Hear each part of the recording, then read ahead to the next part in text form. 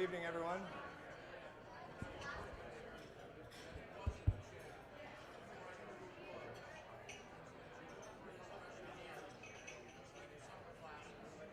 Hello, everybody. Good evening. Welcome to the Hilton Garden Inn and the Hall of Fame Banquet. My name is Kevin Beatty, Associate Athletic Director, and it's a pleasure to be here serving as the MC of another tremendous Hall of Fame induction class. The Hall of Fame Committee, of which I have the privilege of chairing, is passionate about Rensselaer athletics and those who are affiliated, including the student athletes, alums, staff, and our fans. It's never an easy task to select an induction class. And once again this year, the candidates generated debates amongst the committee throughout the entire process. We are already looking ahead to next year and another outstanding pool of candidates. On behalf of the committee, congratulations to our Student Athlete Award winners, which include standouts from the pitch, the court, the pool, the track, and the diamond. They each had All-America seasons to help propel their teams to new heights. The national spotlight has become brighter here in Troy because of their accomplishments. Congratulations. This year's Hall of Fame inductees are also very special individuals who helped transform the campus and the department. Trevor, Amy, Pat, Whitney, Jimmy, you all understood that being a student athlete at a school like Rensselaer is a privilege to be treated with the utmost respect. You acted as such, and equally importantly, demanded your teammates did the same. Our inductees were captains and All-Americas, NCAA participants, and that's because they had heart. They had the desire and the will to work to be among the elite in Rensselaer athletics, and dare I say, Division III athletics. Congratulations to each of you for accomplishing exactly that. And thank you for what you did and continue to do for Rensselaer and Rensselaer athletics. Before we go much farther, I just want to say thank you as well to RPI TV, which is nice enough to webcast tonight's event. So those who aren't able to be here can still see our inductees being recognized. And for those who are interested, it will be archived. So those who are here unable to watch, you'll be able to go home and watch it over and over again. We also want to thank the staff from the Hilton Garden Inn. They do a tremendous job. We host a lot of events here, and it's a privilege to be able to work with those folks. So thank you for that.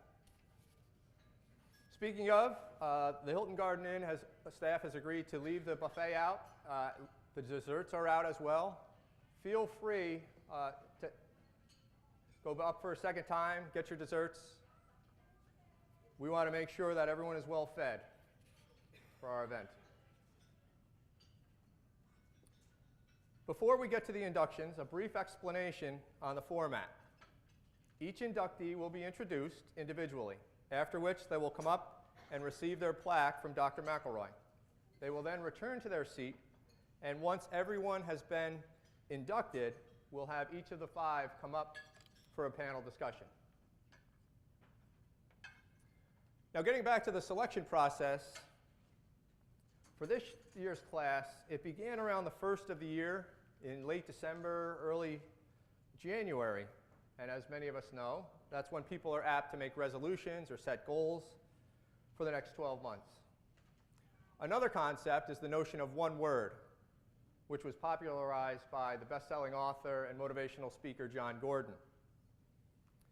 The idea is to choose a word for the new year that will inspire you to be your best. Well, while researching our new Hall of Famers, the idea of one word stuck. And though it's not just for 2018, but for their collegiate careers. Specifically, the words balance, desire, effort, faith, and poise reverberated. We will begin our inductions, although a bit of a change from your program.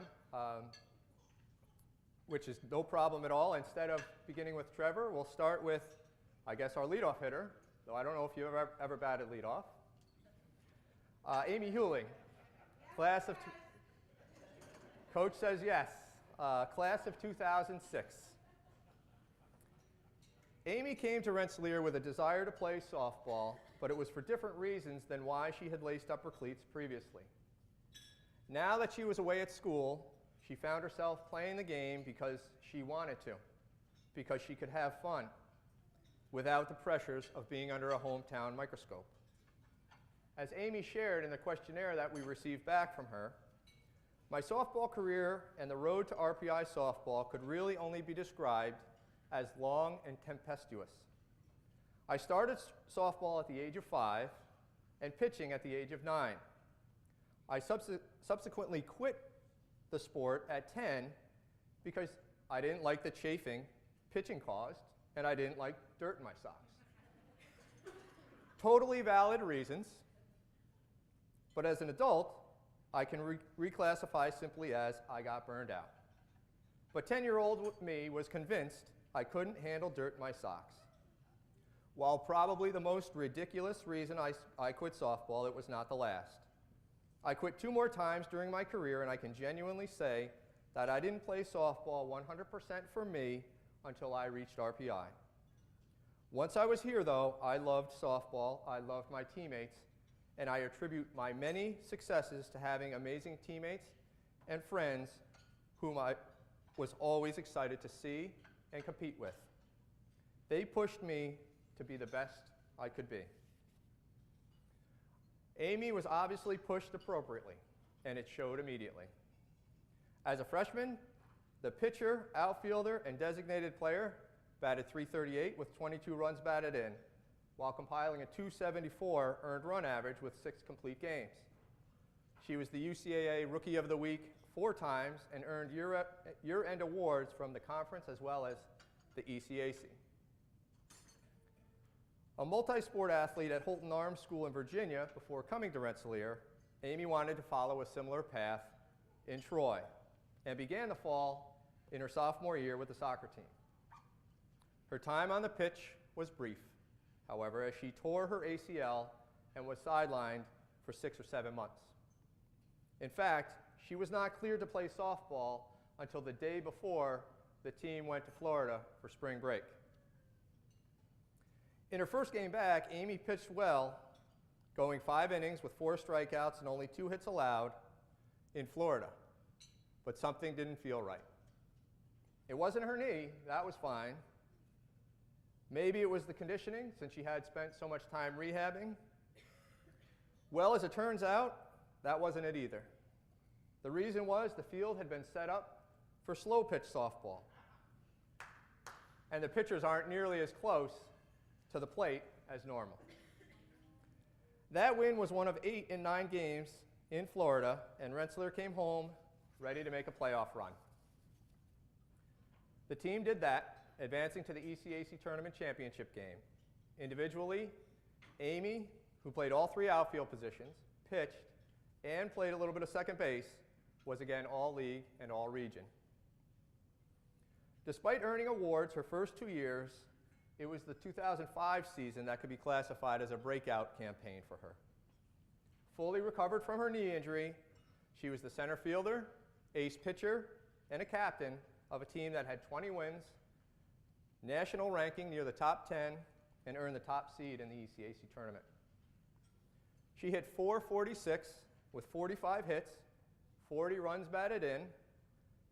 She ranked 7th in the nation in RBIs per game, with 57 total bases. She also won 9 games from the circle with 59 strikeouts and a 1.07 earned run average. In addition to good health, Amy and the coaches also discovered a secret formula. They found that in doubleheaders, it made more sense and Amy performed better if she played in the field in the first game and pitched in the second game. It kept me focused, she told me. The routine and the cerebral aspect from which Amy pitched fit her style, as she kept hitters guessing with her command and precision of 6 different pitches, which she learned from Coach Marr in Virginia. 2 of those pitches were changeups. Amy is athletic and talented, head coach Erica Lewis was quoted in an April 11th, 2006 article of the Daily Gazette. She has to spot the ball more, but she has a lot of movement on her pitches. I loved pitching, Amy told me. I probably wouldn't have played had I not been a pitcher. Amy also probably wouldn't have played or stayed healthy enough to play had she met teammate Logan Russell any time before her junior year. While Amy had been snowboarding a couple of times before, it was when Logan showed up from New Hampshire, where snowboarding is common, that Amy really took to the mountain. As Amy reflected, I tell Logan that I snowboard, or that I've been snowboarding. The next thing I know, she's inviting me to go with her and takes me to the top of the mountain as soon as we get there. As the chairlift is nearing the top, I start to panic because I am way over my head. Well, I tumble down the mountain, manage to not injure myself, and Logan laughs and encourages me the whole time. We've been friends ever since. With snowboarding on Wednesdays as part of her unofficial off-season training regimen, Amy earned All Liberty League First Team as a pitcher and All Liberty League First Team as an outfielder. She was also All-Region at large. Snowboarding and regular visits to Taco Bell with her teammates were some of Amy's beloved memories outside of athletics. A favorite as a student athlete occurred in her senior year, 4 years in the making. Again, in Amy's words, my freshman year, Coach Lewis implemented journals that we used to write about goals, expectations, motivations, inspirational quotes, etc. Sometimes the assignments were on our own, sometimes they were a group activity. Well, I distinctly remember writing and saying that I was going to the NCAA tournament. So when the team advanced and made it my senior year, that was a very special achievement for me. Amy and her teammates were nearly unbeatable that year. They set the school record for wins with 35, finishing 35-6, including 19 straight victories. They were again nationally ranked, and they won the Liberty League regular season championship. And yes, they qualified for the NCAAs for just the second time in school history. When we came back from Florida with so many dominant wins, I knew it was going to be a special season, she said. Amy was the catalyst on that trip south when RPI was 9-1. She batted .548 with 14 runs and 11 runs batted in. She also went 4-1 with a .211 earned run average and 26 strikeouts in 21 innings. The opponents hit just .134 against her. That success continued throughout 2006, when she finished with a .380 batting average, 37 runs, 38 runs batted in 41 games. She had at least one hit in 28 games and multiple hits 17 times. She scored in 26 games and had at least one run batted in 21. From the circle, she was 13-3 with a 1.80 ERA, 5 shutouts, and 97 strikeouts. Amy, who was once again all-league as a pitcher and an outfielder, was all-region as a utility player and became the first National All-America in school history. While Amy credits others for her success, including her parents, her brother Andrew, who competed in the NCAA baseball tournament as a student athlete at Harvard, Mr. Marr and her teammates, it was her ability to have fun, plus her desire to compete for herself, that brought her to this moment. Ladies and gentlemen, please welcome our first inductee, who lives in Oakton, Virginia, with her cats Seely and Brennan, Ms. Amy Hewling.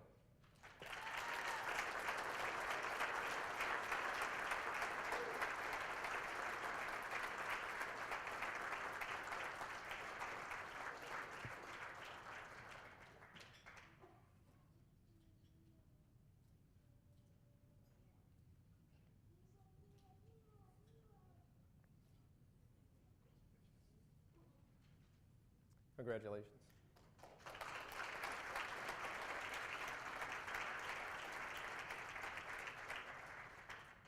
I guess we'll stick on the diamond and see if Pat can bat second. I'm not sure he's ever batted second. He's usually third, fourth, or fifth, but will it begin inducting someone who grew up in Troy and played some of travel baseball on Robeson Field, where he would later star in a Rensselaer uniform? Patrick Reardon.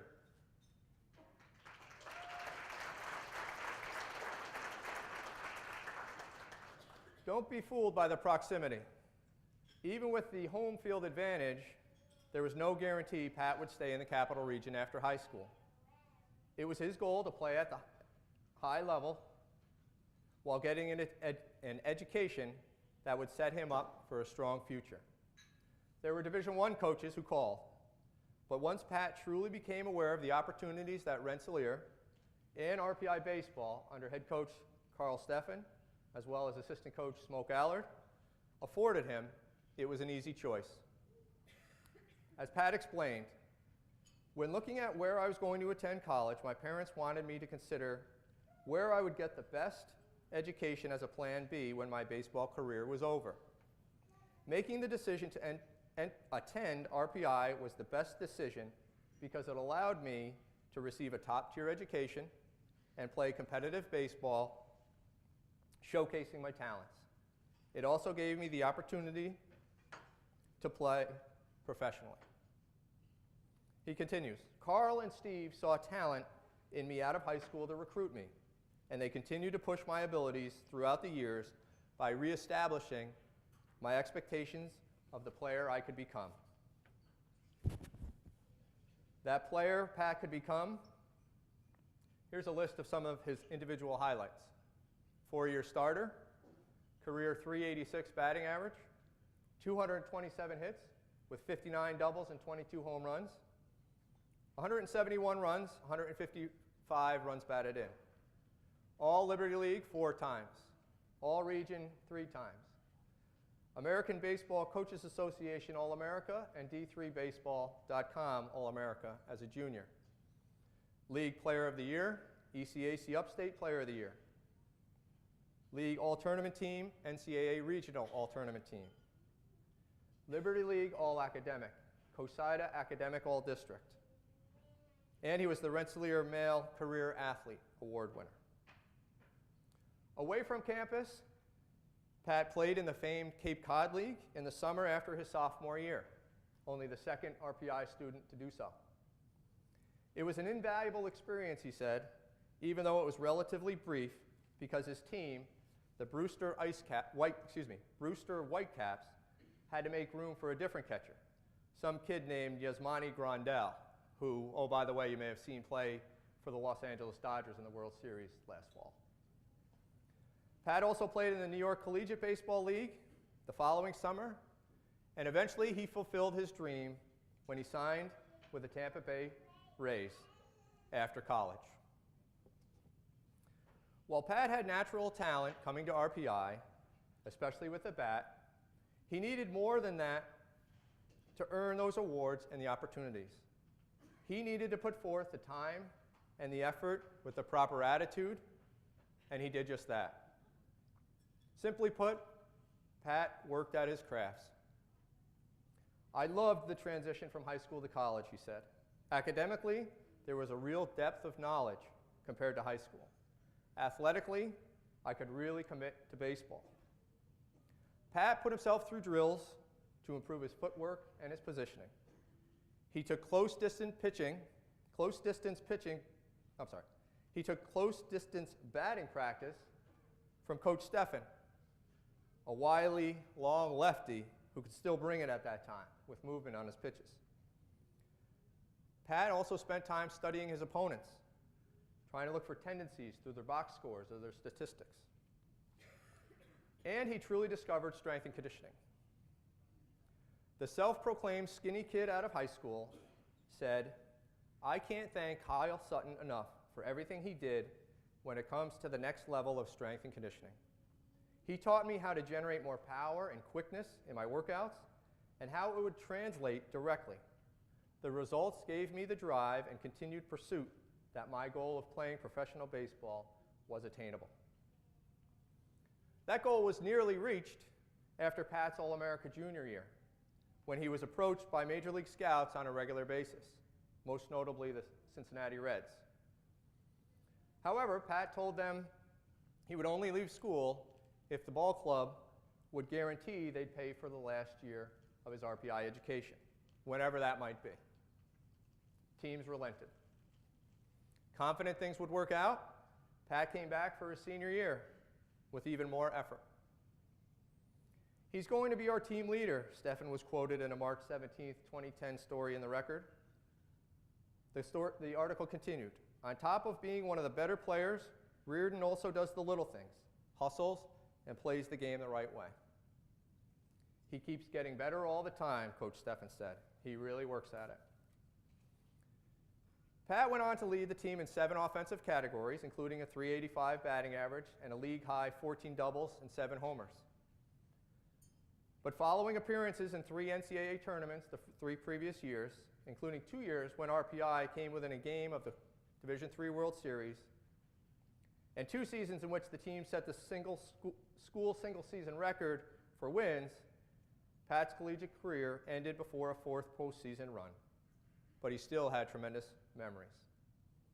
My favorite team moment would be winning the Liberty League tournament in 2008 to clinch an automatic bid into the regional tournament, he said. My second favorite moments were making it to the championship game of the regional tournament in back-to-back seasons.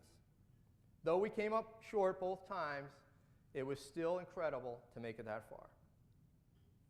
Outside of athletics, he said, my favorite moment was walking across the stage at graduation.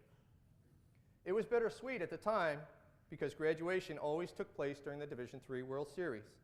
So our goal each year was for the seniors not to be at graduation. Well, with his degree in hand, Pat set out to start his career, or rather careers. I really have had 2 careers since I left RPI. One as a professional baseball player, and now my career as a financial analyst, using my degree. Well, Pat, along with his wife Liana, will begin a new career in July when John Patrick Reardon V is expected. Congratulations to them for that, and congratulations to our 3rd inductee, John Patrick Reardon IV, class of 2010.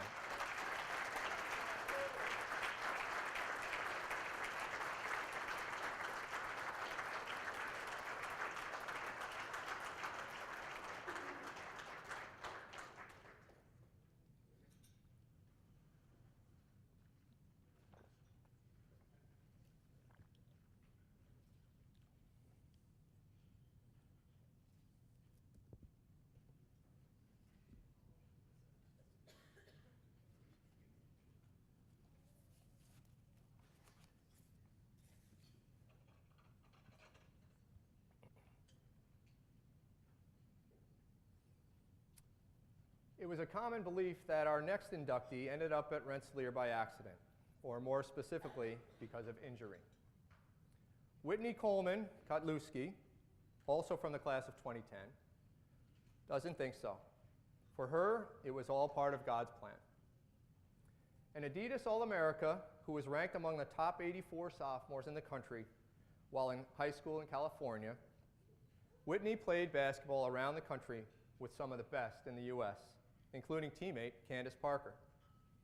She was highly recruited, and all signs pointed her going to USC on scholarship. Things changed in the summer of 2003 in a game at Duke University where she tore her ACL and was subsequently forced to sit out her entire junior year. Devastating in some ways, USC and the other big schools stopped pursuing her. The injury actually pushed open doors and brought about opportunities that may not have come otherwise.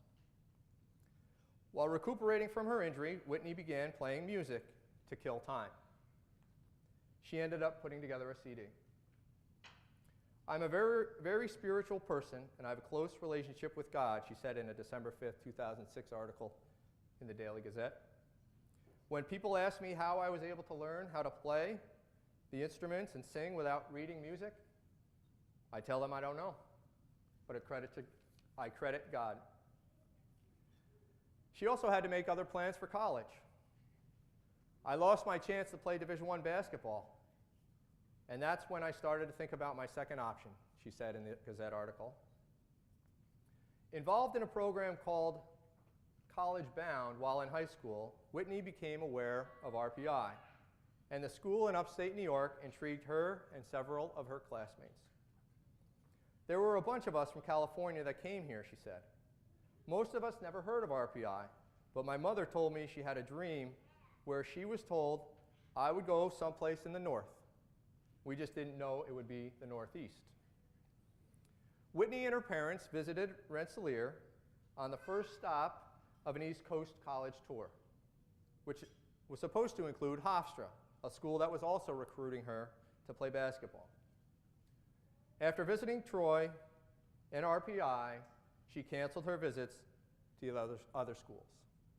Hofstra was not pleased. There was something about the campus, she told me. It was the right place at the right time. It changed my life. It was the best decision of my life. Although she was 3,000 miles from home, Whitney knew she was where she belonged. She had the opportunity to study and perform music, play basketball, and practice her faith, all with meaning and with purpose. Whitney scored 15 points with 6 rebounds, an assist, a steal, and a block in her very first game, a win. She went on to be named the Liberty League Rookie of the Year and All-League second team. Sophomore year featured a number of highlights, including her hitting the game-winning free throw with 2 seconds left in a win over WPI, a trip with the team to California, 6 double-doubles, and a triple-double. She led the team in scoring and assists and was on the All-Liberty League first team. Her junior year started with promise. She had 13 points, 10 rebounds, 5 assists, and 4 steals in the first game, another win. 10 minutes into the next game, her season ended abruptly with another ACL tear. Not to be deterred, I didn't want to look back with regret and wonder why or what if, she said. She would not give up basketball. She rehabbed again and came back again, scoring 25 points with 11 rebounds in her first game of the 08-09 season. A captain, Whitney was a unanimous all-league first-team choice, named all-region after averaging 16 points a game, and she surpassed the 1,000 career points milestone that season. Her final year was as memorable as any in school history. She became the school's all-time leading scorer, was the Liberty League Player of the Year, All-League First Team, All-ECAC, All-Region First Team, and a National All-America. Most importantly, especially to her, Whitney led the team to a Liberty League tournament championship and into the NCAA tournament, just the second time that had been done in school history. All the points and everything have significance, but the key thing with Whitney, as with other great players before her, is that she knows how those other things will help the team, head coach John Green said in a March 2nd, 2010 edition of The Record. For Whitney, the conference title game, which was played on the road at Skidmore in front of a raucous crowd, was a true intersection of basketball and her faith. Down by double digits at halftime, she spent most of the break praying. Rensselaer came out and went on a 33-8 run to go ahead by 12 in the second half. And eventually they won the first league championship in school history. Whitney had 16 points, 15 rebounds, 4 assists, and 3 steals, and was named the most outstanding player. I give all praise and honor to God, she told the Saratogian newspaper. I have a bond with him. He moves through me to be a better woman and a better mentor to my teammates. Whitney also mentored others, literally. In addition to playing basketball and making music, including putting out another CD, she coordinated and promoted a full-scale concert at then recently opened MPAC, all as she was completing her thesis. Her academic work included teaching music technology classes literally teaching with set hours on set days at inner city schools in Albany 3 or 4 times a week. But it was more than teaching. Whitney was fully invested in those kids and that project. It was something bigger, she told me. I was an instrument used by God. She left Rensselaer with 2 degrees, but Whitney continued her education and music in Indiana, where she performed and produced and put together videos. And if you check her out on YouTube, you can see a lot of those videos. She actually became pretty well known, sometimes being stopped in the streets when recognized. It seems singing on stage at the Super Bowl Village in Indianapolis or at the Rock and Roll Hall of Fame gets you noticed. Eventually, her passion for music subsided, and Whitney is now a senior user experience architect for a geomapping company in her home state of California. There's not much basketball or music at the moment, though she says she may consider joining her church choir someday. Plus, her dad and her brothers are musically talented. But there is her family, and there's her faith, and there always will be. She remains someone who loves to teach, and as a new mom, has ample opportunity to do that every day. She is our next inductee into the Rensselaer Athletics Hall of Fame, class of 2010, Whitney Coleman Kotliski.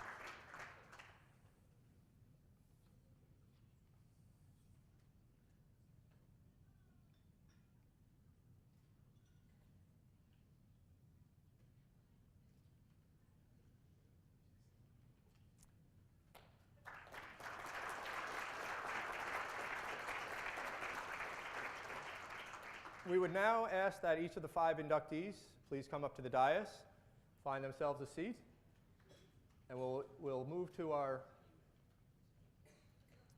panel discussion phase. Wherever you'd like.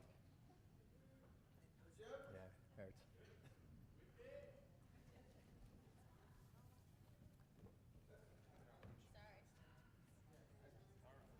All right. Make yourselves comfortable. Feel free to spread out. Now, as you'll see, we have 2 microphones. We're going to ask that you share them. Help yourselves to the water. The idea for this is to have questions, which I will ask. Some will be specific to the individuals. Others will be more general. But the idea is to have a relatively laid-back discussion about their careers, both while here at RPI, currently, family, and otherwise. You guys all set? Feeling good? All right. Yeah, well, grab the microphone, Whitney. Yeah.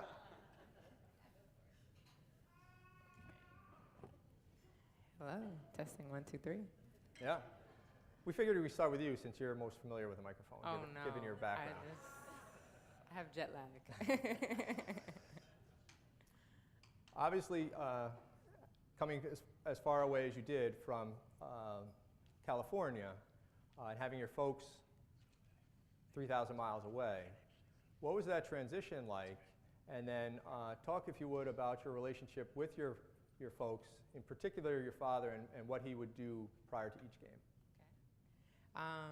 So they weren't too happy about me being too far away from home. My parents are still very actively involved in my life. So there was times even at RPI where I would be like running from practice to class and people would be like, hey, call your mom. And I'm like, how did she reach you? And they're like, well, she found my number through someone else, and she hasn't talked to you today.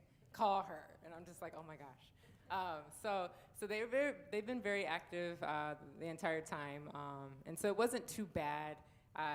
Coming from California, I was not necessarily used to the weather.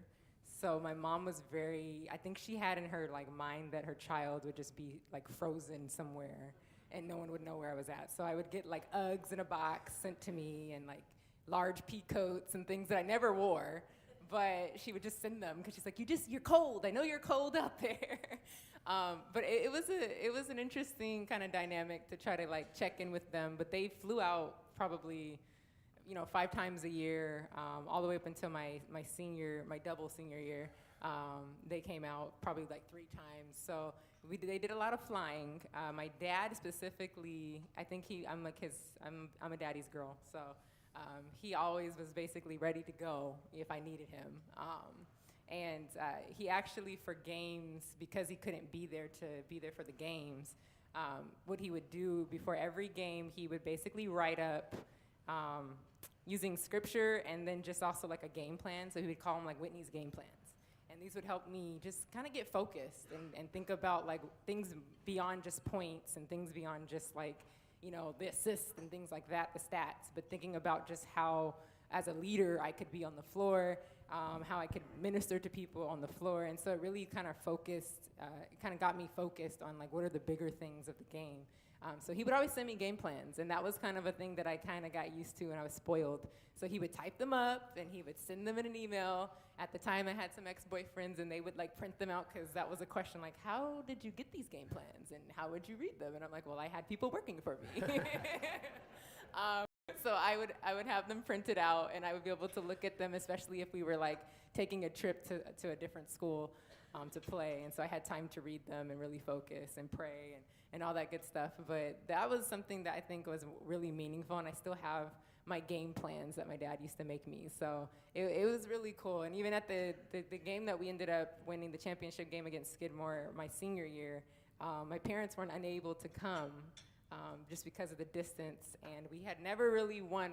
Coach knows, we always would get to this point, and we never kind of like came through with the win. So it was this final game. We're right there. We're going to actually maybe win a championship game. And we were down by 20 points at halftime, and my mom is at home in California, and my dad is reading the online stats at the time because there was no live stream. And she leaves. She's like, I'm jinxing the game. I have to go up to a mountain and pray. Like, that's what so my dad's call, like, at the end of everything, he called me. He's like, yeah, your mom left. She thought she was just, like, killing the game for you guys. So then when she came back, she asked me if you won, and I told her yes, and so she was crying and everything. So, but that's how they were able to be to participate and everything. And it was awesome to kind of share that experience, even though we were not close in proximity. Thank you. But before we continue, I'm just going to ask Jimmy to help. Amy, why don't you stand up? Jimmy, can you grab that chair and put it over here so Amy's back's not to the folks? Slide. Or just, slide the chair over. Slide. So we'll get... I wasn't an engineer, but, So Trevor, I see you somehow got the microphone. Congratulations. You joked about your stalker parents. I would like you to speak to that, but also they were nice enough to host the entire team on the way west for a trip. I would like you to talk about that also, please. Yeah, so if you think your parents were embarrassing to you in high school, imagine if they follow you around in college to all of your meets. So yeah, they came to almost every meet. Now luckily I'm local, so I'm not California to New York, so they just had to drive a few hours, and it was usually pretty easy for them to get there. My baby sister always in tow. She was 6 or 7 at the time usually. So if you picture this, your worst moment, you're out of breath, you're dying, you're coming around the last corner of some race, and you really don't want to be there anymore. And I don't know how, you probably know this, but your mother's voice will always show up in a crowd, even if she's not that loud. And you're like, oh man, there she is. I don't want to disappoint her. I better try a little harder. So yeah, they were always there screaming at the top of their lungs. It was great to have their support. I had a lot of support from classmates, but having your parents there is really the best. So, and they did. They made best buds with my coach, which is, again, really embarrassing, right? So they're friends with a coach, and they say, hey, coach, bring all the teammates over to our house and park the bus in the gravel driveway, and we'll all just eat. So there's, I don't know, 70 people on our porch, on our floor, outside in the grass, having spaghetti dinner before a meet. So, again, little cliche and corny, but they really were my favorite teammates. So thanks. Hand that right over to Pat, if you would. He was local, now lives in Houston. But, yeah, I was a true local. Yeah, and we appreciate you sticking around. You had the chance to have your family and friends at many of your games. How meaningful was that? It's invaluable. That was one of my decisions in coming to college. Was I knew my baseball career, had an end date, and I wanted to experience that with the people who would help get me there. And they're all in that corner. So if you see, yeah, I am a true local. They show up every game. My parents went to pretty much everything, from snowed out games in Clarkson. They made the trek all the way up there, to Robeson Field, where we had rain. I think a good percentage of the season, but they were always there, peanut butter and jelly in between games. And then my teammates realized that I was being well fed, and they're like, "Can your mom and dad make us food?" So everybody would run up, and it was kind of like our in between, rejuvenate, the troops, and coach kind of looked and was like, well, I mean, they're fed, so I guess I don't have to feed them. So it truly was invaluable to have the support, network, to be able to talk to my mom and dad, be so close, be able to go see my brother's, football games on Friday night. I was close enough, but far enough. I could be like, no, leave me alone, I'm on campus. But then go home and get a home cooked meal and my laundry done. So it was good. I had the best of both worlds here. Thanks. Jimmy, there was one game, I believe senior year, where I don't know if they brought a bus, but there had to be 50 people from Yonkers at 86 Field with YO to Troy shirts. I assume you remember that, since you seem to remember every single throw you had in some of these games. How did that come about, and again, what does that mean to you, that support? Yeah, that was one of my favorite games of my career. That was senior year versus Union for the Dutchman shoes. Not only winning it the third year in a row, but having all of the friends and family with those YO to RPI shirts, Robertson with the 14 on the back. I think it was one of my buddies that came up with the idea, because I had a couple buddies at the time that were at school at Albany and Indiana as well. My sister was a freshman at Albany. But besides that, my parents were at every game from 1 year old to whenever I stopped playing. And grandma, aunts, uncles, cousins, friends, girlfriend at the time, dating since 2003, high school sweetheart, 2003, now married. But having all of them there for that game, and I remember it vividly. A lot of them were in that back right end zone, right behind the field, where you can basically, there was a rope that you can basically stand on the field. And one play in particular, and he's here now, but Aaron Savazzi there, great wide receiver, roommates for 5 years here. He caught the deep post for the touchdown, and he's going there with not only the Yonkers and family friends, but all the other alums, a bunch of them sitting here as well. And he goes to, jump and celebrate with them. And then after the game, we took a knee, and then I just remember throwing the ball, to my friends. And then I think Jerry Davis at the time came up to me after that game and asked me where that ball was, because we needed it with the budget for the next game. I think I still have that ball, actually. I told him I think one of my friends took it. They ended up giving it back to me. But one of the most memorable games, because, they were all memorable, but that one, having so many of them there, and that's why you play. You play for, the friends and family, and it really meant a lot to have them all there supporting me. That's great. Amy, can you grab that other microphone, or can somebody pass that off to her? We'll stick with the family theme just for one more question. I know your brother's a bit older, but very close. You're very close, and I know you told me you admire him greatly. What did you try to do to follow in your brother's footsteps, and how did he influence you? Well, so Andrew's 7 years older than me, and he played baseball and basketball. And so basically everything he did, I had enough time to process it, and by the time I got to that age, I wanted to do it as well as he did, or better, but I mean, we have the gender difference, so it wasn't ever gonna be the same, but he basically set the standard very high, and I wanted to be like he was.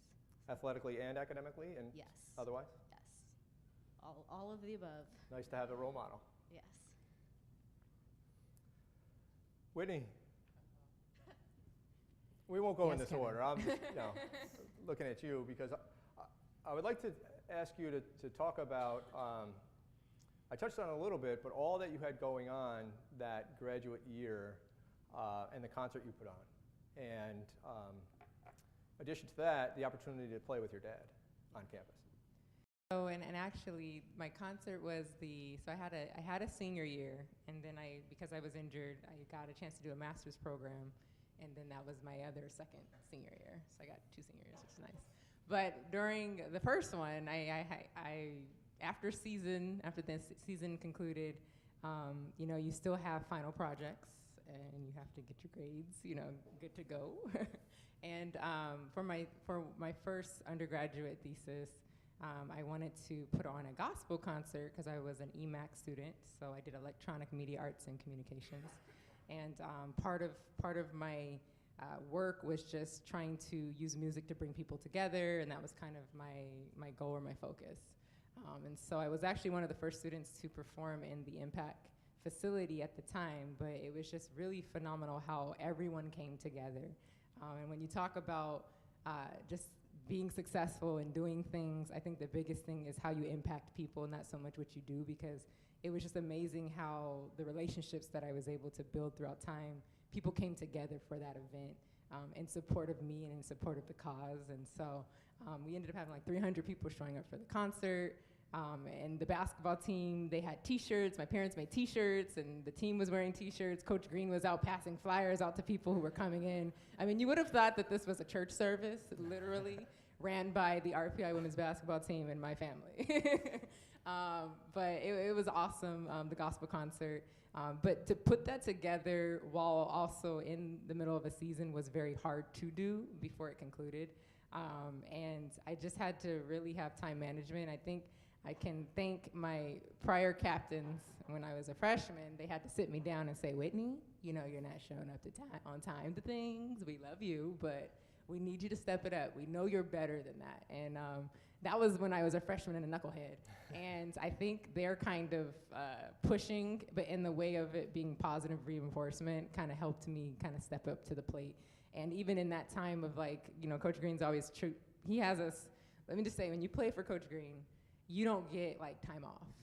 Even when we're not playing basketball, we're doing community service. We're doing community service.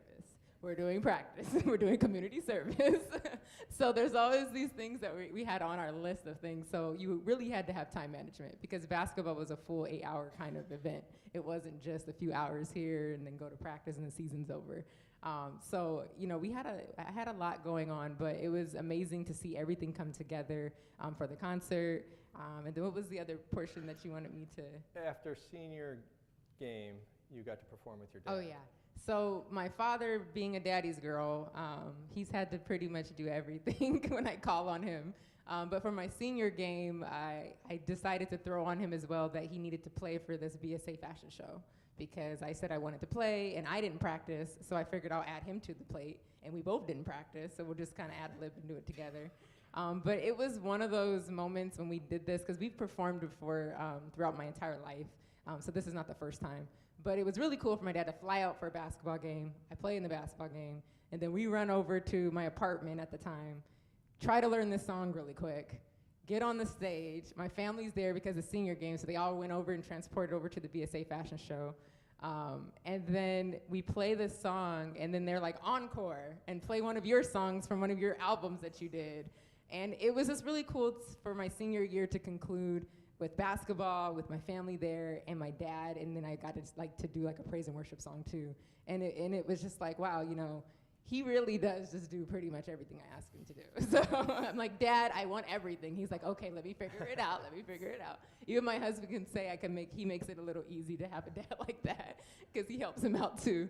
But yeah, he's just always been there. He shows up on time. So it was just really awesome to be able to minister to people, to play with my dad, and then to play basketball in front of my family. So Thank you. Now, each of you, I'm sure, have a favorite opponent or somebody you considered a rival.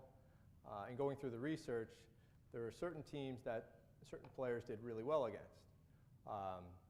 Pat, for instance, seemed to do really well against Skidmore. Trevor, for instance, always seemed to compete against this gentleman named Jacob Budney from Rochester, or Zane Buckingham from St. Lawrence. Jimmy, I think I have a pretty good idea of yours. Amy, how about you? Favorite opponent or play? Well, my favorite opponent was Union, but I didn't necessarily, that's not my favorite place to play. But Union, we competed with them all 4 years, and we either, like, every game was close, so it didn't matter. You had to always be up, ready to go, ready to play. And they had two pitchers that basically were there all 4 years, so we knew them, we knew what they wore, everything. The one girl wore sunglasses. It didn't matter if it was sunny or not. So that it was just a really good time to play them every time. And I think we won most of them. For this night, you did. Absolutely. Well, speaking of Union, Jimmy, you were 3 wins out of 4 games with them. What did it mean to play in those trophy games? Not just Union, but WPI as well. I mean, you only play 9 or 10 games in a football season and have 2 of them as trophy games. Was it a situation where you had to kind of relax yourselves a little bit because you'd get too amped up? Yeah, I mean, those were definitely the most special games to play. The Dutchman Shoes game versus Union, Transit Trophy versus WPI. And then actually freshman year, the Shot Glass Trophy versus Coast Guard, that we won the last one of that, so that's probably somewhere in the trophy case still.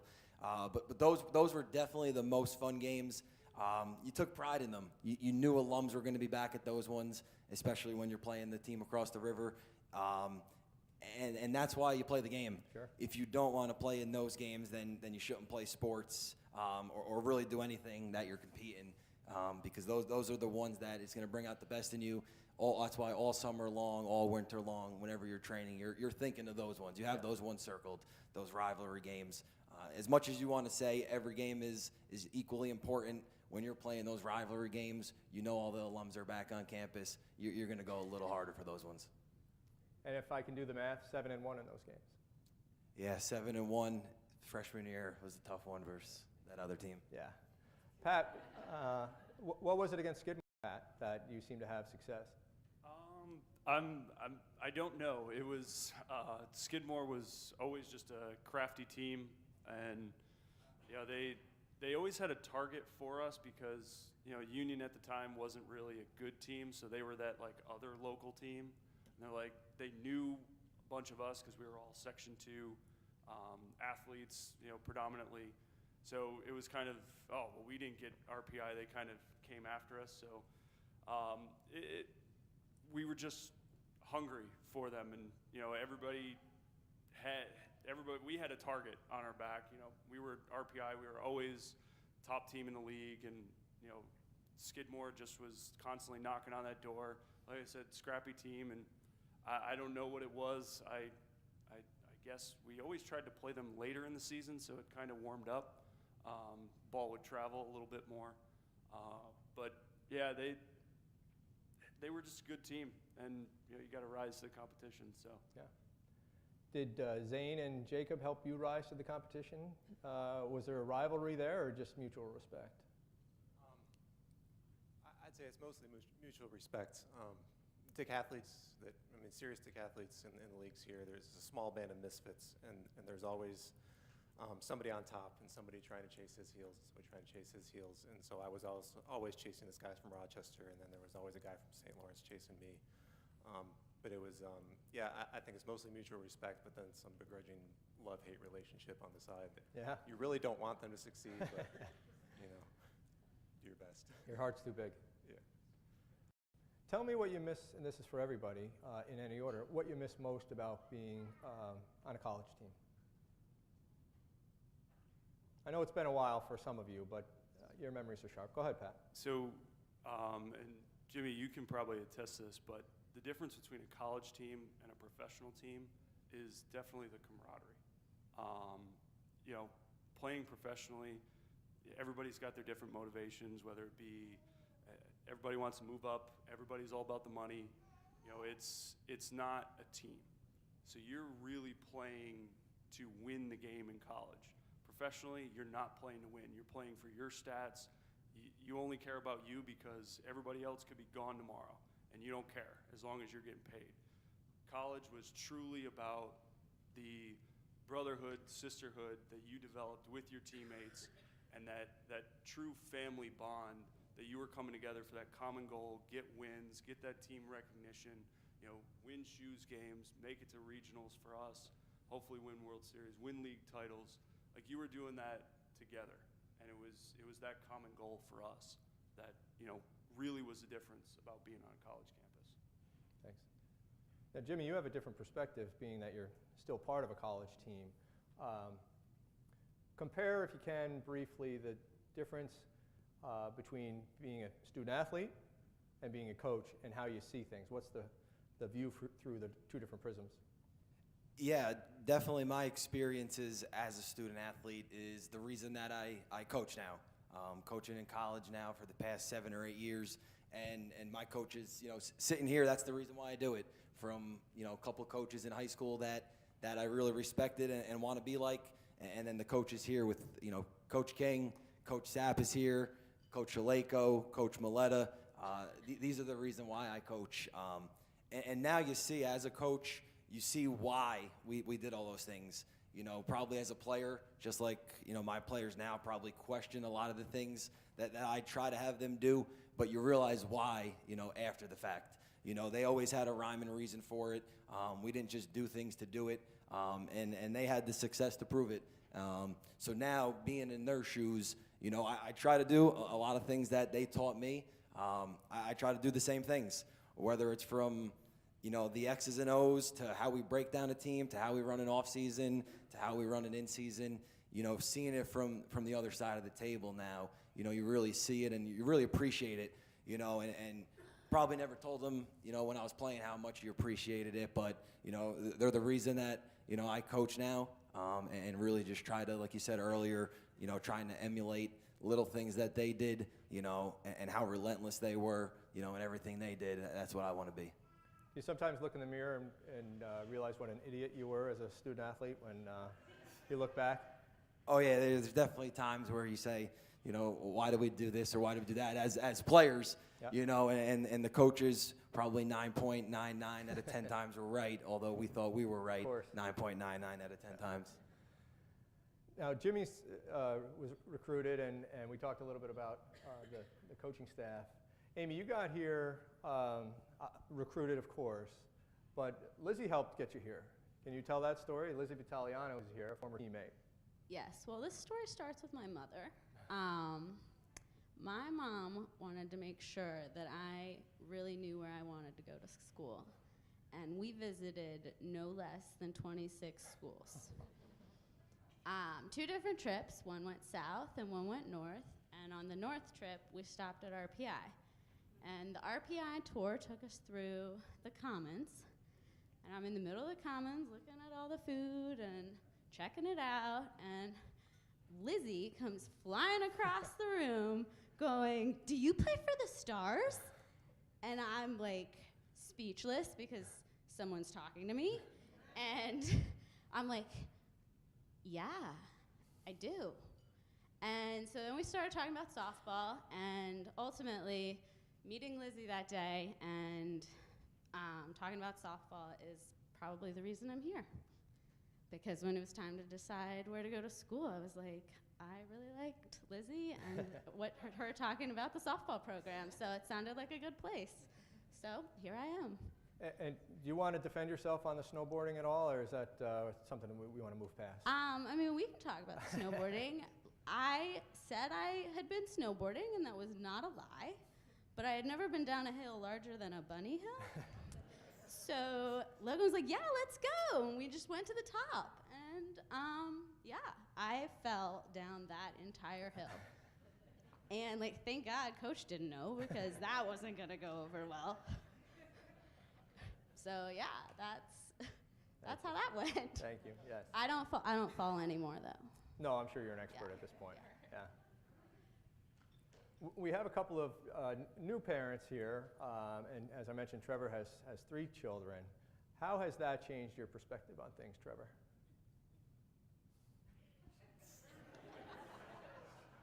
That changes your perspective on just about everything. Yeah. From how valuable sleep is to having your own time away from other people, personal time. And people trying to get into the bathroom while you're trying to use it, and they're always pounding on the door. Let me in, let me in.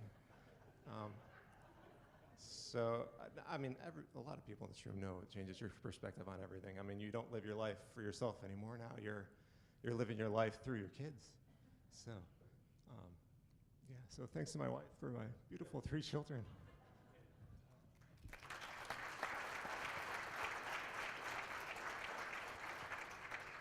Jimmy, do you want to weigh in? Yeah, it definitely does change your life. I'll say the biggest way it changed it, my wife tells me all the time that a lot of things she said I never did for her or do for her, now all of a sudden you have a daughter and you're doing all those things all of a sudden.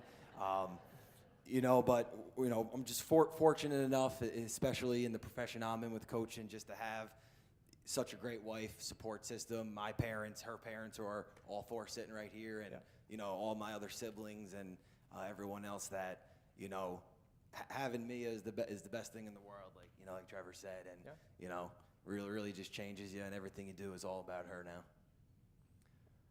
Pat, you're not quite there yet. Knock on wood, everything goes well. Do you expect to have your parents move into Houston once John Thank Patrick God. is born? You hear that, Mom and Dad? You are moving. Your father told me he was retired now, so. Yep. Yeah, I'm just looking forward to it. I've had a lot of support from them, so I just like, teach me, please.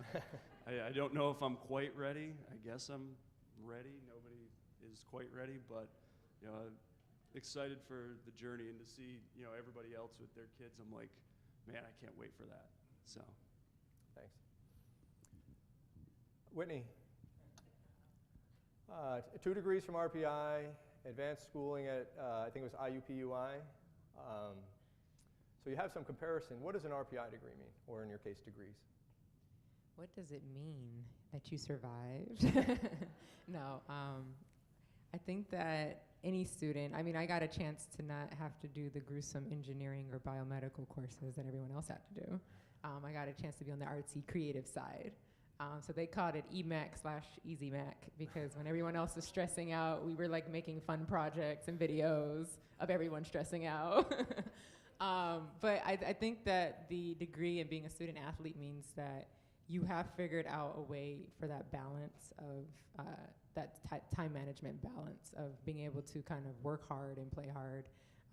Like I said, basketball for us was an 8-hour day in some cases, because you had get up in the morning, go ice your body, go get therapy on your body, stretch your body, go work out, go lift, go to class, come back, ice your body, stretch your body, work out, go to class, lift, or practice shooting, go ice your body. So there was like this repetition that would happen. So you had to really figure out ways to be able to like manage this like kind of instrument or tool that you were using for sports, be able to get your academics and everything in order and in line so that you're performing and being successful in the classroom. And then also be able to be a student, be able to still go, if there was a party, to be able to be in attendance, and to hang out and to laugh and to we had also community service activities, be able to do those things. So there was a lot on the list, but I think that the transition from then academia into like the workforce, you become just so much more ahead of the game, because now when you start adding kids into the equation, you're like, okay, like I told, like just today, why I was a little bit late. I looked at my husband and it's about 6 o'clock and the baby's not dressed yet. And we're like, okay, game time. She's hungry. She needs to be changed. We need to dress her. We need to get dressed. We're going to figure it out. But you just figure out how to just go with the flow, manage your time, figure out how to get things done. But it's all that pressure and I think the experience from college that just kind of, you just figure it out, you know. And no matter what comes your way, you can just tackle on lots of things and get it all done. So. And for Amy, in your sport, you could have rainouts, you could have games 3 days in a week, or 3 straight days, or 4 straight, whatever the case is. How were you able to manage that playing softball in the Northeast where you didn't know game yes or were rescheduled for tomorrow? Well, for starters, you wore a lot of clothes. So managing it was difficult. I think probably our teachers were the most frustrated, or professors, because you'd tell them you weren't coming to class one day because you had a game, and then you're like, psych, just kidding. I'll be in class, but tomorrow I won't be. Yeah. And they were like, well, we have a test tomorrow. And I'm like, well, this note says that you have to let me reschedule that. So that, yes, managing and balancing was pretty difficult, but you ended up doing it. Was being on the field a safe place? You threw all the academics away and you just were able to concentrate on your friends and softball and not worry about the test that you might have tomorrow or yeah, absolutely. It was, for me personally at least, it was easy to block school out once you were on the field, and then the second you weren't on the field anymore, it all comes crashing back in, and you just switch gears. Yeah.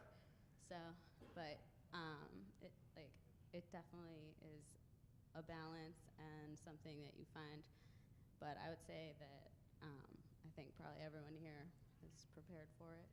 So. Yeah. Trevor, did you find yourself prepared for that? In that, look, you were practicing 10 events. Probably not at the same time, I wouldn't think, but you had to fit them in at some point, plus aero and MECE and other extracurriculars. How'd that balance work for you? Yeah, you can't pole vault and javelin at the same time. I would like to see that, though. Really bad idea. It worked well, and I think you took some of my words appropriately and put them into your introduction.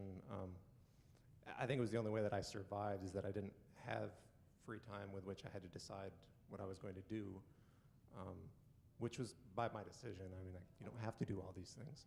But the balance was, you get all this mental stress in class, and then you go run it out on the track. And then music always solves everything. I mean, it brings you down. So, and then my friends in my fraternity and elsewhere. So the balance was very important to me. I think that's really what helped me achieve. Focusing on one thing alone, you're going to burn out real quick. Yeah. Pat, is there one game that stands out to you? Or one moment in one game that stands out to you? There's a few. I said one, Pat. Yeah. Catcher. You remember everything, like processing. One of the biggest ones that I can remember from early on in my career, and we really knew that we, as RPI, had made it. So we go down to Florida every year because you obviously can't play here, even now. So you go down to Florida for your spring trip, and there's 4, 6 fields sometimes just all around, and we knew we had made it when there was more fans at our game, which is a Division III game, than we were surrounded by all Division I games, and all the scouts, all the fans had come to watch us because we were the top 5 team in the country at the time. So they're like, ooh, they must have something going on. So they were watching that game, and you see heads from the other fields like, who's playing over there? I've never seen them before. So it was actually a really good game. It was against, that was the year we scheduled pretty good competition. So it was top 25. I think it was a top 15 matchup, for us. And having that kind of fan, we didn't get like you guys, tons of fans at the games. So having that around you was really cool, and it kind of set the stage for where we could be as a program. Thanks. This is a group question, so we can figure out who goes first. But outside of athletics, who or what do you most remember or miss about RPI or the Capital Region? Jimmy? The biggest thing I miss, it really is just the athletics, to be completely honest. You know, I said it without athletics. Yeah, I probably don't really have a good answer to that one. It's really just the guys on the football team, the coaches, these guys sitting here. Just miss that camaraderie. You know, living off campus with them after freshman year for the next 3 years, and then the fourth year when I coached and got the Masters up here. But it's just the people. You know, it's the people that you were a part of. That's the reason why you do it. You know, you have that healthy fear of not wanting to let them down. You know, it's not a scared fear, but it's a healthy fear of you want to work. You know, again, everyone works hard, but you want to work harder than anyone else to not let them down. And that's the thing I miss most. It's just the teammates, the coaches, the support staff, the equipment guys, everyone, strength guys, you know, and again, a lot of them sitting here, Yep. you know, that's what I miss most. Can any of the other four who, even though he's got a 3.85 and 2 degrees from RPI, couldn't answer the question, want to try to answer the question? I'll answer it the same way, but I won't use the word teammate. I Oh, guess. okay, yeah, we're all set then. So yeah, it's definitely the friends. I think you make the closest, most intimate friends in college, and I miss that because we're all spread out around the country now, and I don't get to see them very often. I don't think you make those kind of friendships anywhere else in life outside your family, so I do miss that a lot. And Whitney, you told me a story about 3 friends from RPI who are now in California you're still close with, is that right? Yes, so we all came from California to RPI, and then we all left RPI back to California. So one of them actually got the baby, her little RPI bib, that they were like, she has to wear it to the induction. So I have it on her. And then one of my good friends, Claudine, who's actually from New York, I met her as well, and she ended up being, the maid of honor at my wedding. She's a godmother, unofficial godmother to my child. But yeah, I had a chance and opportunity to establish friendships not only with my teammates, but then just meeting people, and I really got a chance to get close to a church that was right down the street from RPI called Bethel Baptist, and actually I have the former pastor and the music ministry directors here as well that were just influential, and they impacted my entire time at RPI, kept me focused spiritually and mentally. Miss Stevens, she was my second mother, and my mom really appreciates her for getting on me. I even knew about the little cloth for my legs because I went to more traditional church. So I was already on game on that. And Pastor Shaw, I was just telling him about how, he prayed over my cars that I had shipped over here to RPI for me to be able to have transportation. He prayed over our apartments. I still have a vehicle that, I was using to take people to church with and to get around campus, and I still have it in California. We use it just a couple times to get around our town, but they just really, they were my home away from home. That church and just the people in it, and so that really helped too, because I was able to kind of take a step back from athletics and even academia, and though I couldn't see my family, my grandparents, my brothers, I got a chance to kind of like go to church at least on Sunday and see a friendly face, and they would literally love on me. I was like everyone's grandbaby and like everyone's daughters. I soaked it all up. I was spoiled. So they would give me things. They want to cook for me. People were just awesome. So I definitely, I miss it because I love them. And though we have a church home back at home, I still will always have Bethel and the people part of that church in my heart. So, thank you. We're going to begin to wrap up now and ask that each of the inductees spend 2 or 3 minutes or so offering their thanks to individuals or others who may or may not be here. Because we want to make sure that you have that opportunity. We may have touched on it, we may not have, but Jimmy, why don't you start and provide a couple of minutes worth, if you have it, of thanks. Yeah, first and foremost, and I know we've hit on it a bunch, but have to thank my family. Starting with my wife, Kristen, who I mentioned before at the time, was my girlfriend all throughout my career here. Don't think she missed a game, home or away. Love of my life since end of my sophomore year of high school. So just really need to just thank her for the girlfriend she was, the wife she is, and the mom that she is now, because without her, I'm definitely not sitting here right now today. Just going around my parents, who are sitting right next to her there, the foundation of this family, Mia too, sorry Mia. But what my parents did for me and my other siblings, I like to say if I can be half the father my dad was to me and half the parent my mom, was and is to me still to this day, then Mia's gonna have a really, really good life because they're just really, really special parents. And same thing, never missed a game, home or away. And I forgot who said, I think it might have been Whitney, where with the, your mom had to go up to pray into the mountain. My parents were very superstitious as well, where if they were standing somewhere and we were doing well, they were staying there. If we were not doing well, then they would probably switch the other side of the field or walk around or do something. So again, without them not here.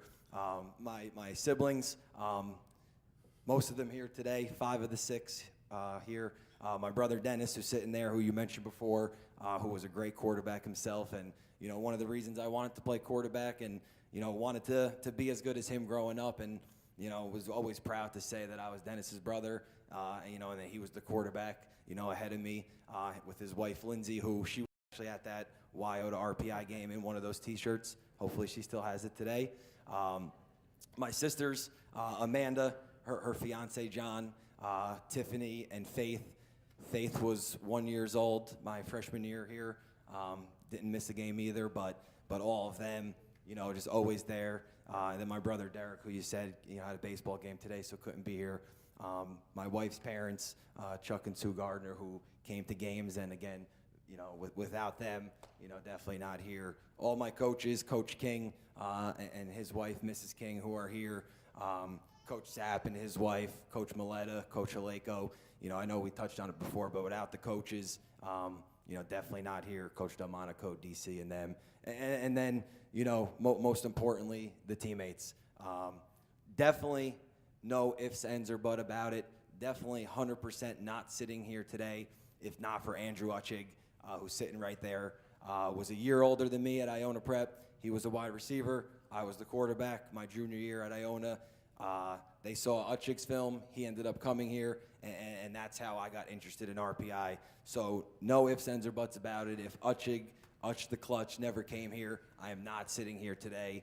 So I have to thank him for that. Aaron, roommate for 5 years, again, scored a lot of touchdowns and was a great roommate and friend. Josh Chapone, who you mentioned before, was here, was a brother to me, was a year older than me, a quarterback, and really was a brother to me, mentored me, took me under his wing, and without him and the other quarterbacks aren't here. And then it's the offensive line.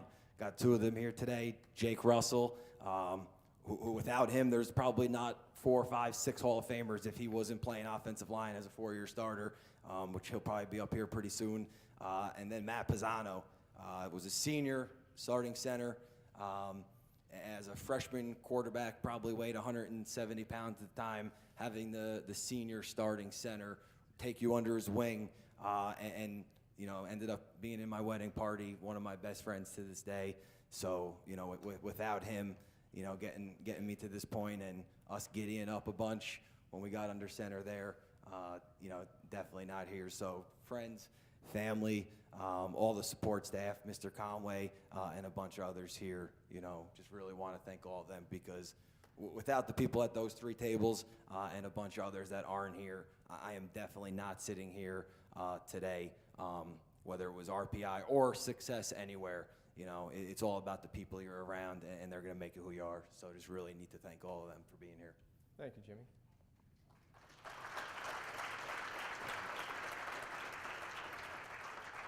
We want to go in order. Amy, you want to go, or who's next? Go ahead, Pat. Okay. So like Jimmy and everybody else has said, first and foremost, thank you, Mom and Dad. You know, without you, none of this is possible. I'm gonna get choked up because that's how much this has meant to me. I reflect on the conversations that have led to where I am today. So thank you, thank you, thank you. My brother, phenomenal. I beat you up growing up, but you were always there for me. I'm always there for you, so thank you. My wife, I didn't meet her until after RPI, but everything I did at RPI led me to you. So thank you, thank you. You are going to be a tremendous mother, so I look forward to the next phase of our life together. My family, who is all here, they've been here, they've been the rock, the support. Thank you. I can't say it enough because that's how much having that close-knit family has meant to me, has helped me through hard times, has been there to support the good times. They went all the way down to my first game when I got promoted from Tampa up to first season game. They were there, had ribbons, the newspaper and everything. Were like, who the heck are these people that, you know, come? So thank you all for being there for me, supporting my career. You know, it truly means a lot. I love you all. I was also fortunate that I worked, you know, at the Mueller Center at the time, was connected to the athletic offices. So I got to see RPI athletics in and out. I got to see the day-to-day operations. I got to see who would come in early for their workouts and who would, you know, who was there, you know, strolling in, got to know their time frames, everything. So I got to form significant relationships with people on this campus that are invaluable to me. First and foremost, Amy, you were awesome. You came in, you were working hard, and you know, you'd stop by the Mueller Center just as like a de-stress. So I got to know you as a friend, and I can't thank you enough.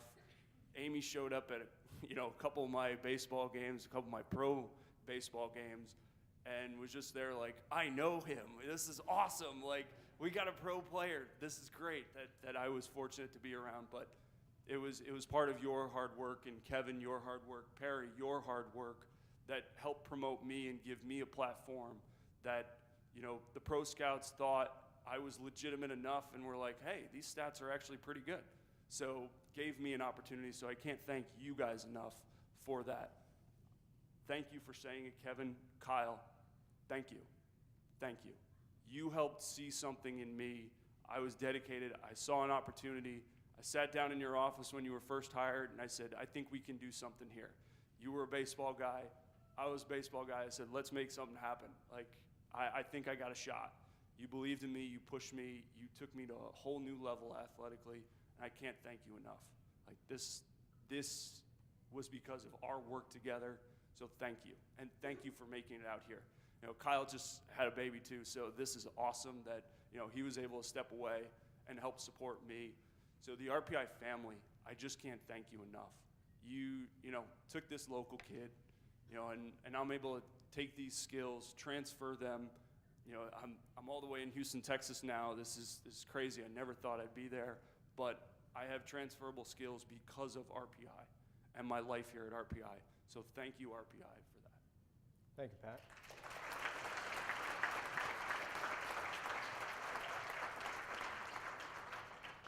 Trevor? So firstly, thank you to the athletic department staff. Whether the athletes know it or not, you are very crucial to their success at RPI. So keep it going here. It's important, right? And let me just thank my table real quickly. So my parents, thank you for being the soccer fans, really. I do appreciate it. For letting me set all my own goals, never pressuring me, and always being proud no matter what I did. I'm not going to say thank you, but I say sorry to my little sister and my other sister who's not here if she watches it online for getting dragged to all those meets. I'm sure you had a little bit of fun playing in the dirt, right? To the coaches, Coach Torrey, Coach Lutz, other folks that aren't here like Coach Hudson and all the other staff on the track and field team, these guys really love their sport. They do it for the joy of the sport. They love their student athletes on and off the track. So keep it up along with the rest of the staff, right? And then lastly, to my wife, who is suffering through the after effects of a college athlete. Now everything is a race and a competition, and we'll win our race, honey. Love you. Thank you, Trevor.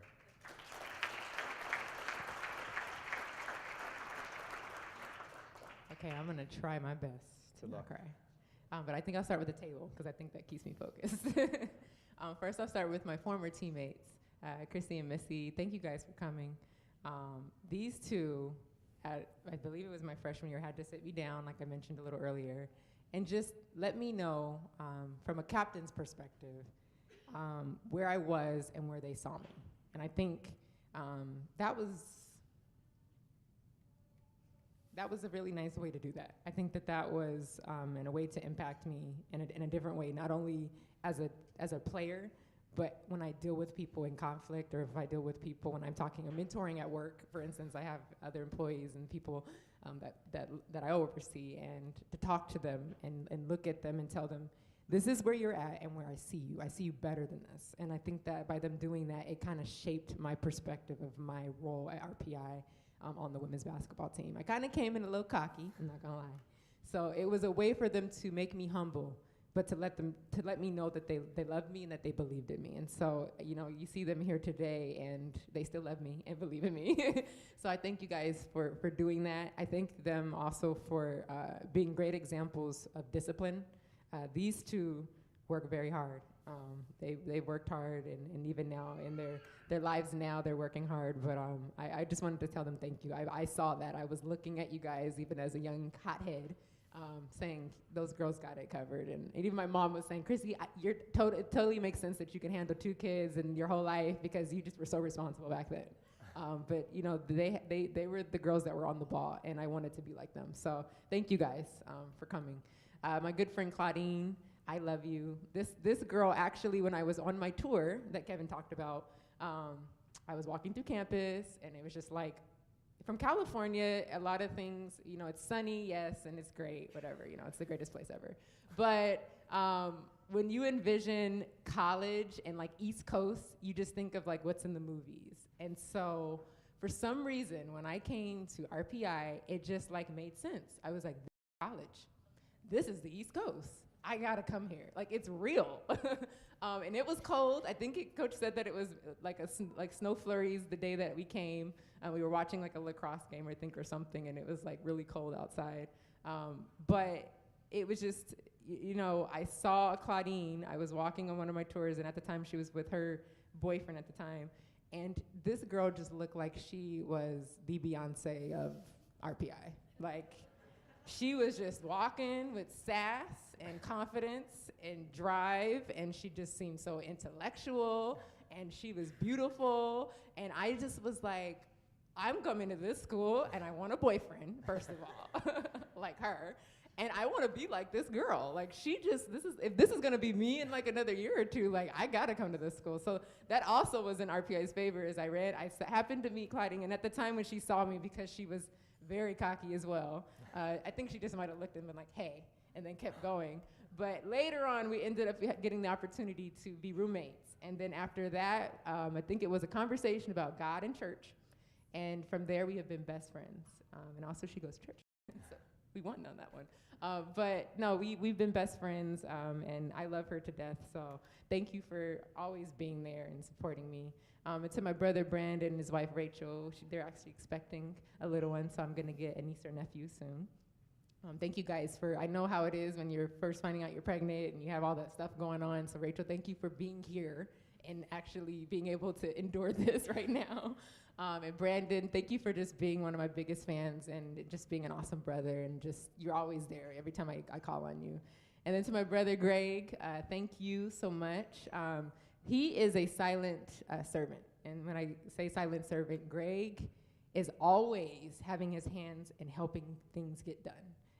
He was like my brother, sister, father, mother when I was growing up. He's been through everything in the sun that a girl could go through, all the way even in high school. And being a brother, he had to deal with everything. But he was always my biggest supporter and fan. He always had to deal and endure with weekends at basketball games when he would rather be doing something probably other than that. He spent his entire life probably supporting me with basketball or with music or with my baby. But he's just always there, and he's always just there to help. This morning, even, I'll come help you get the baby changed. I'll come help you guys do this. My brother is just always, he's just always showing up. He's just always there. So thank you, Greg, for just being you. I know we put a lot on you, but thank you for just enduring it and loving on us. So thank you. And then my parents, thank you guys for just being awesome, being role models, loving on me, being patient with me, flying all the time out to these events like this. I know you guys flew out 5 times my freshman year, 5 times my sophomore year, lots of trips. When I was in Indiana, you guys were flying out just to come see me and to be with me.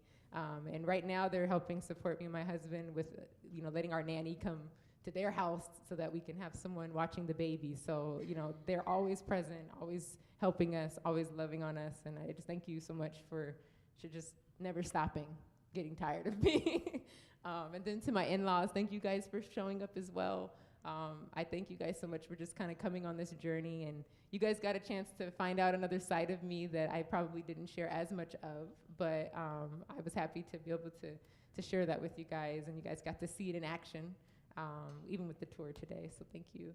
And then to my church family, thank you guys so much for showing up and being supportive this entire time, and just being that family away from home that I needed and still today. I just thank you guys for your prayers, for your support, for your mentoring, and I love you. And then to my athletic family, at least the RPI, Kevin, you did a great job of just trying to interpret everything that was going on in my life and being able to put it in the most simplest form that could be communicated to everybody today. So I thank you for just your time on that, because that was I also want to get like a recording of that just because it was just awesome. I couldn't even keep myself together. I was like, Whitney, no, you're gonna take a picture right after this, because it was just so beautifully written. And I was trying to think about, at work and everyone we were talking to up until this day, they're like, oh my God, that's an awesome accomplishment to be inducted into the Hall of Fame. And how do you feel? And I'm like, I think it's cool. Like, I'm getting there. I think I'm getting into the mojo. I got the baby. So I'm kind of thinking about the baby and how she's going to fly on her first trip and all that stuff and how to pack a bag for the baby and can I bring formula and how much and all these things. But, when I was sitting in that seat, and then earlier today when Coach was able to take us around campus and show me things to let me kind of revisit, it was just really just meaningful. It made everything come together of my journey, the injuries that I overcame, just all the prayers that I had throughout my experience, all the friendships, and you were able to just kind of bring it all together, and that really was touching and moving to me to just be able to experience that in that seat. So thank you so much for that. And then, to the staff, Amy, I know, we go way back. You've always been a supporter and one of my biggest fans as well. I thank you for just everything. I thank you for your time. I thank you for your support. I thank you for your laughs as well. And Coach Green, you were like my other dad, You're my Caucasian dad, Coach Green. I actually call Coach JG because as though he seems like he's just on the straight line, the straight and narrow, he got some swagger. So JG, JG is awesome. He really has just been just a driving force even after my basketball career of just like reminding me of what I did, who I was, and what it meant to RPI and to the girls.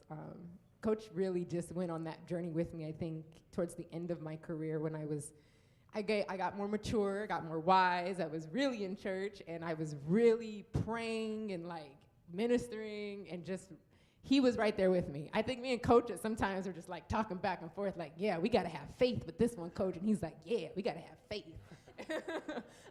So it didn't come to a surprise like at our championship game that he let me, while everyone else is warming up, I'm at halftime praying, and Coach is like, she's doing what she needs to do. Like no questions asked. This is my girl, she knows what she's doing. But, he has just been such a supporter.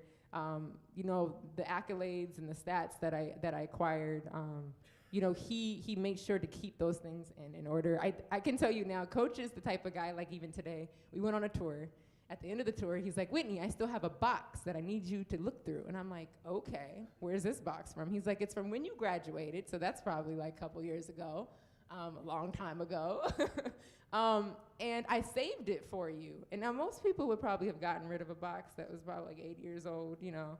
And in this box, I have socks, I have shirts, I have pins, I have a dirty towel. I don't know what was in there. I said, Coach, some of this stuff, we could just get rid of it now, you know. And then, but then tucked away in there are all these awards and papers and newspaper articles, the locker tag that I had in the new ECAP facility, my ACL brace that I was like, ooh, I might need to wear this one day. You know, does it still work? And he saved all that because that's the kind of guy he is that, you know, he just doesn't throw you away. Once you play for Coach Green, you're part of his family forever. And so I just thank you, Coach, for loving on me and for supporting me and believing in me. And thank you. Thank you so much. I love you. Thank you. And so, yeah, I just want to thank everyone. And the last but not least, and I wanted to say it for last, is just God. He's just been so influential in my life. And I know I keep saying, God, God, God, God, God, God. And you guys are like, okay, all right, we got it. You love God. But it really is just amazing even today. And even like with my baby girl and my family, my husband, who I thank so much for everything, just for changing my whole love story. And writing and being part of this chapter of my love story and helping me provide, you know, for my child. But, you know, it's just amazing that he took someone who wasn't so deserving and who I don't think I'm that awesome. But he's able to write this story for me that just has just amazing things in it and things beyond my abilities and capabilities. And so I just thank God for writing this story and for providing me with so much love and support just to continue throughout my day and to be successful. So that's it, all right? Thank you, Whitney.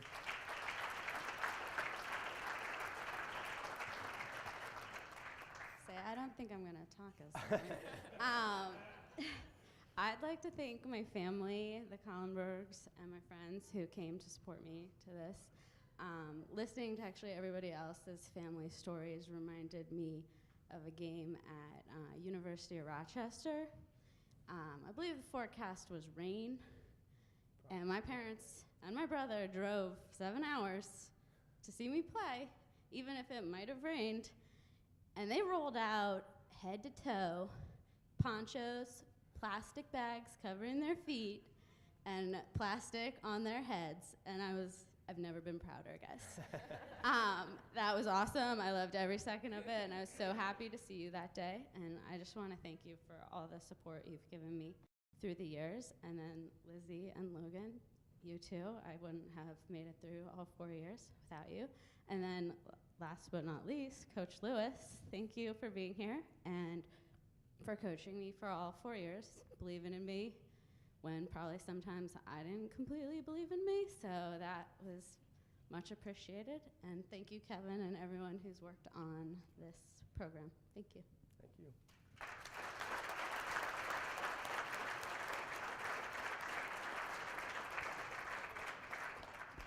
Our program has concluded. I want to thank everybody for being here, taking the time. I know many came from long distances.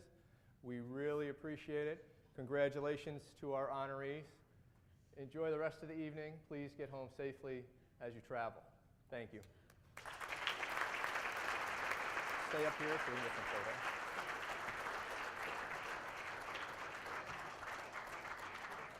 We're going to take just a couple of minutes to get some photos done. Obviously, people are welcome to get pictures as well, but we're just going to hold on to these folks for one more minute.